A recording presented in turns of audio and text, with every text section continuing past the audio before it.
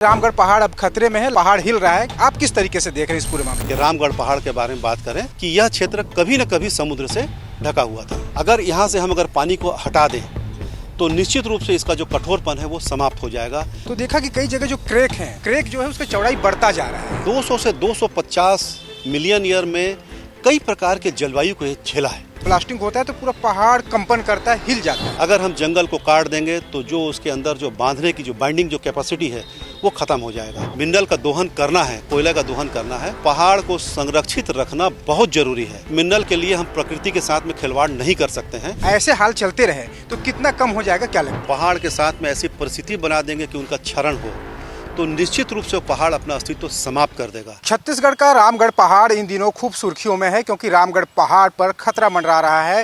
ये बात सामने आ रही है। भारतीय जनता पार्टी ने भी एक जांच टीम बनाई, उसने भी जांच की और कांग्रेस के जो लोग हैं वो भी लगातार इस पूरे मामले को सामने ला रहे हैं। उनका कहना है कि पहाड़ खतरे में है। वहाँ के जो लोग हैं, जो पुजारी हैं, वो भी कह रहे हैं पहाड़ खतरे में है।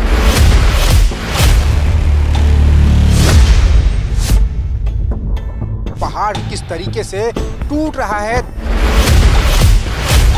भारतीय जनता पार्टी ने जांच का आदेश दिया हुआ है। लंबा चौड़ा दरार है, यदि वो फट जाता है तो समझिए रामगढ़ का आना जाना बंद हो जाएगा। खदान हर पासे में ना तो झनझनायल तो जमीन ब्लास्टिंग होते थे घनी। सावधान, पत्थर गिरने की संभावना है। भूगर्भ शास्त्र की जानकार हैं विमान मुखर्जी सर हैं। ये NIT से M.Tech किए हुए हैं और लगातार इनका 32 साल का अनुभव है, लंबा अनुभव है इन सारी चीज़ों को लेकर। सर, रामगढ़ का बात आ रहा है कि रामगढ़ पहाड़ अब खतरे में है, लगातार ब्लास्टिंग हो रहा है, पहाड़ हिल रहा है। आप किस तरीके से देख रहे हैं इस पूरे मामले? नमस्कार सर, मैं विमान कुमार मुखर्जी। मैं यहाँ गवर्नमेंट पॉलिटेक्निक में मैं पार्ट टाइम लेक्चरर हूँ और जियोलॉजी के पॉइंट ऑफ व्यू से मैं सरगुजा के विभिन्न क्षेत्रों में लंबे समय से मैं काम कर रहा हूँ। अगर जियोलॉजी को देखें, सरगुजा का जियोलॉजी, तो इसका बेसमेंट जो रॉक है वो ग्रेनाइट है और ग्रेनाइट जो चट्टान है वो वॉल्केनिक रॉक और प्लूटोनिक रॉक है और एक हार्ड रॉक है। उसके ऊपर में लगभग 500 करोड़ साल पहले यहाँ समुद्र का अतिक्रमण हुआ और समुद्र के साथ में बालू, मिट्टी और पेड़ पौधे आके इकट्ठा हुए जो बाद में कोयला के रूप में तब्दील हो गया। तो मुख्य रूप से यहाँ जो कोयला पाई जाती है यहाँ पर वो बराकार सैंडस्टोन है जो लोअर गोंडवाना रॉक है। अगर हम पर्टिकुलर सरगुजा के पश्चिमी क्षेत्र में हम उदयपुर के रामगढ़ पहाड़ के बारे में बात करें तो ये एक बराकार सैंडस्टोन है जो लोअर गोंडवाना फॉर्मेशन के अंतर्गत आता है और ये कैल्केरियस सैंडस्टोन से बना हुआ है। इतने बड़ी मात्रा में सैंडस्टोन में कैल्केरियस का पाया जाना ये दर्शाता है कि यह क्षेत्र कभी न कभी समुद्र से ढका हुआ था। समुद्र का पानी एक लंबे दूरी से तय करके आया था, इसलिए उसका पानी खारा हो गया था। खारा होने के कारण उसमें कैल्शियम और मैग्नीशियम की मात्रा थी। तो जो सैंडस्टोन है उसके बीच में जो सीमेंटिंग का काम किया है वो कैल्शियम कार्बोनेट है। रामगढ़ की पहाड़ी जो है ये उदयपुर से देखें तो लगभग ये 150-200 मीटर ऊंचा तक रामगढ़ का पहाड़ी है।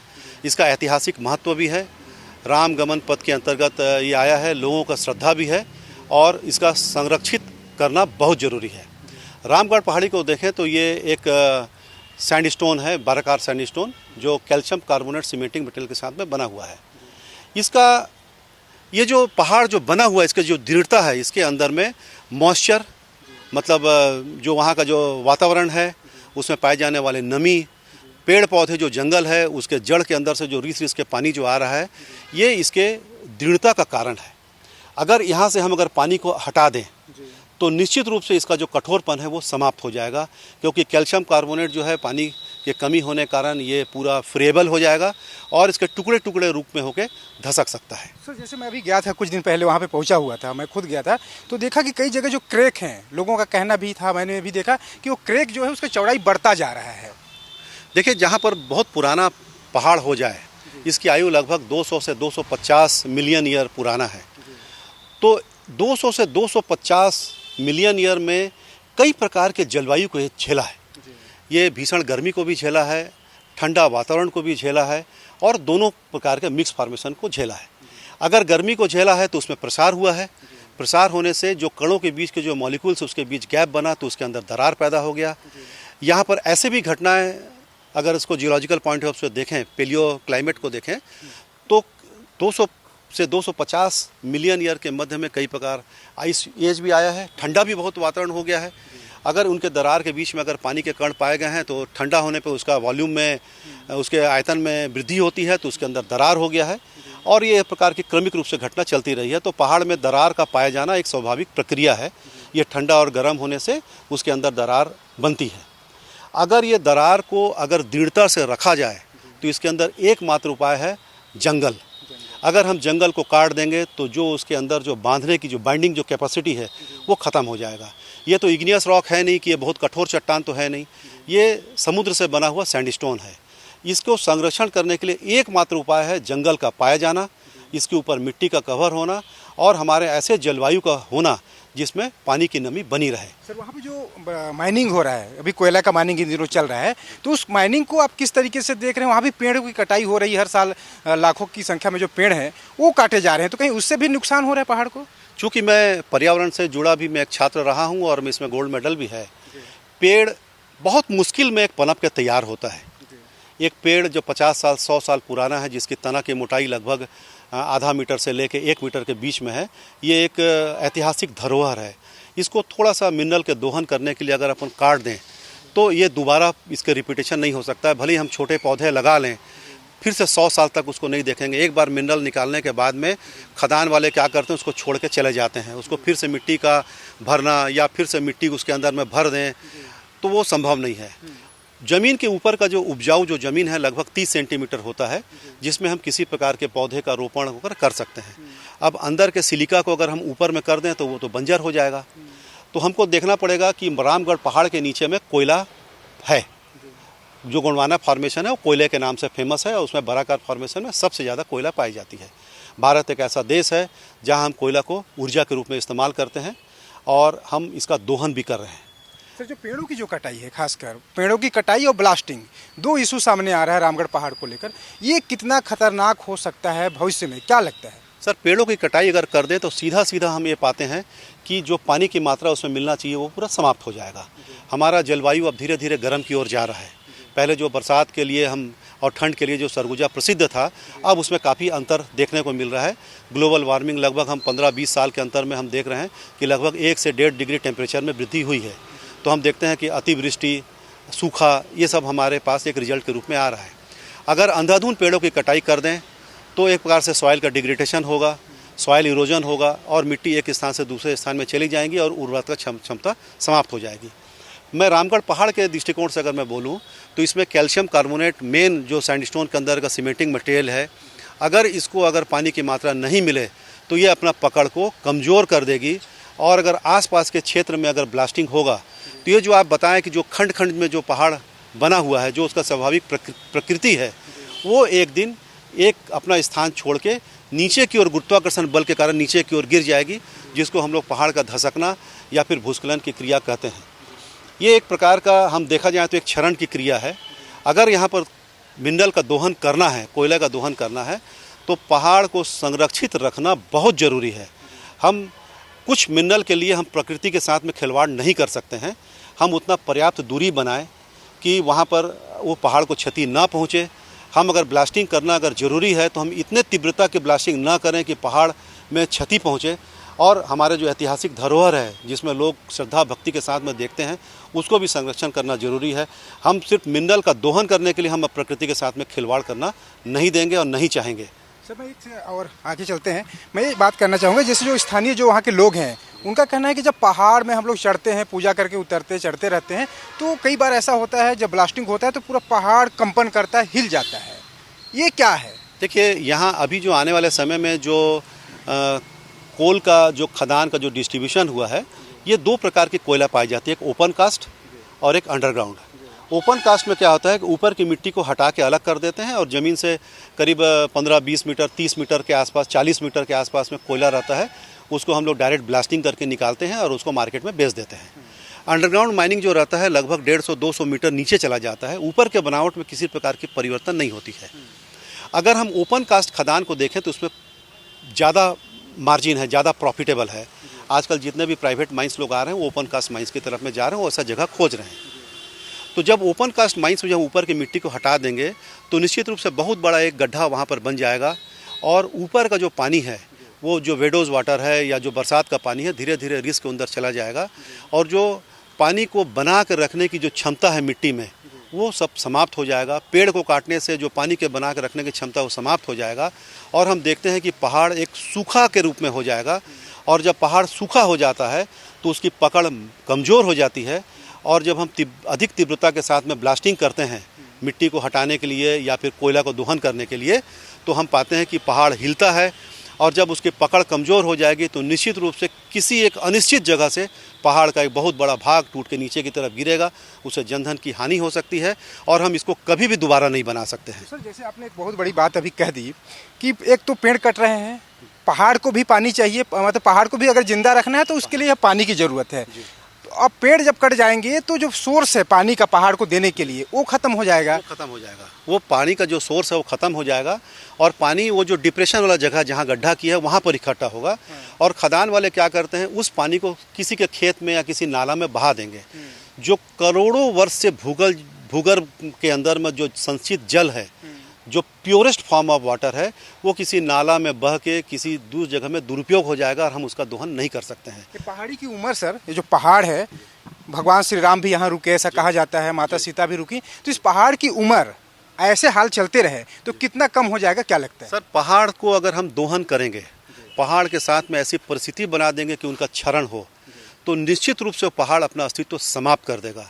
इसको बचा कर रखने के लिए प्रकृति ही हमारे साथ में एक महत्वपूर्ण भूमिका अदा करती है। उसके लिए छोटे छोटे झाड़ियाँ, बड़े बड़े पेड़ जो हैं वो अपने साथ उन पहाड़ों को हम जड़ों के सहारे से बांध के रखती है।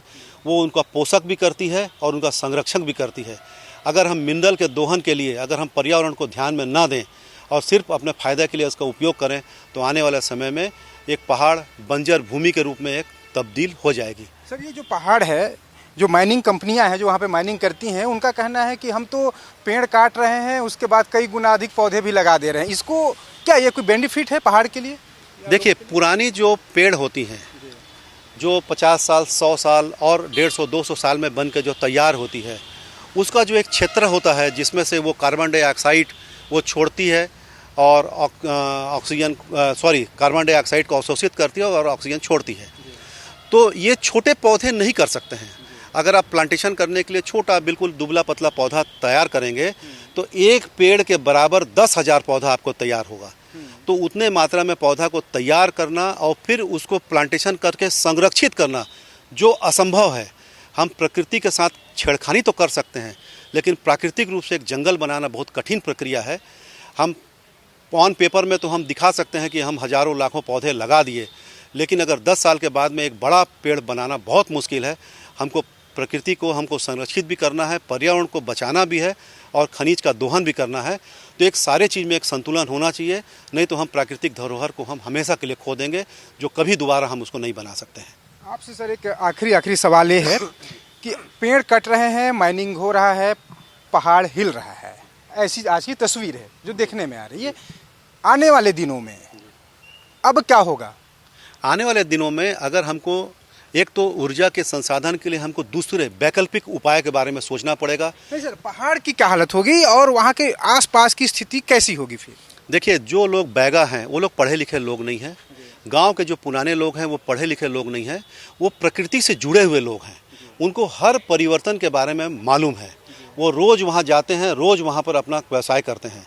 हम एक दिन के लिए वहाँ जाते हैं और हमको परिवर्तन हमको दिखाई नहीं देता है।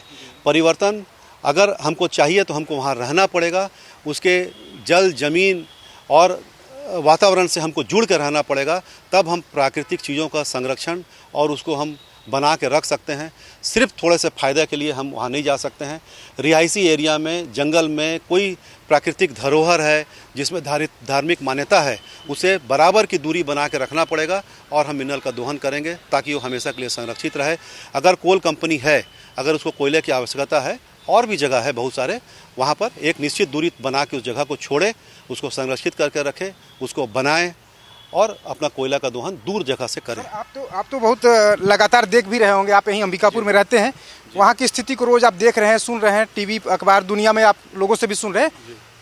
अब क्या, अब पहाड़ बच जाएगा या बहुत जल्दी कुछ सालों कुछ दशकों में ख़त्म हो जाएगा, क्या लगता है? अगर इस प्रकार के उत्खनन होते रहें, जो महत्वपूर्ण जो ऊपर का जो ऊपरी परत है जिसको हम लोग धरती की चमड़ी कहते हैं, है ना। अगर उसको निकाल के किसी अन्यत्र जगह में फेंक दें तो उस जगह तो उर्वरक क्षमता समाप्ति हो जाएगा।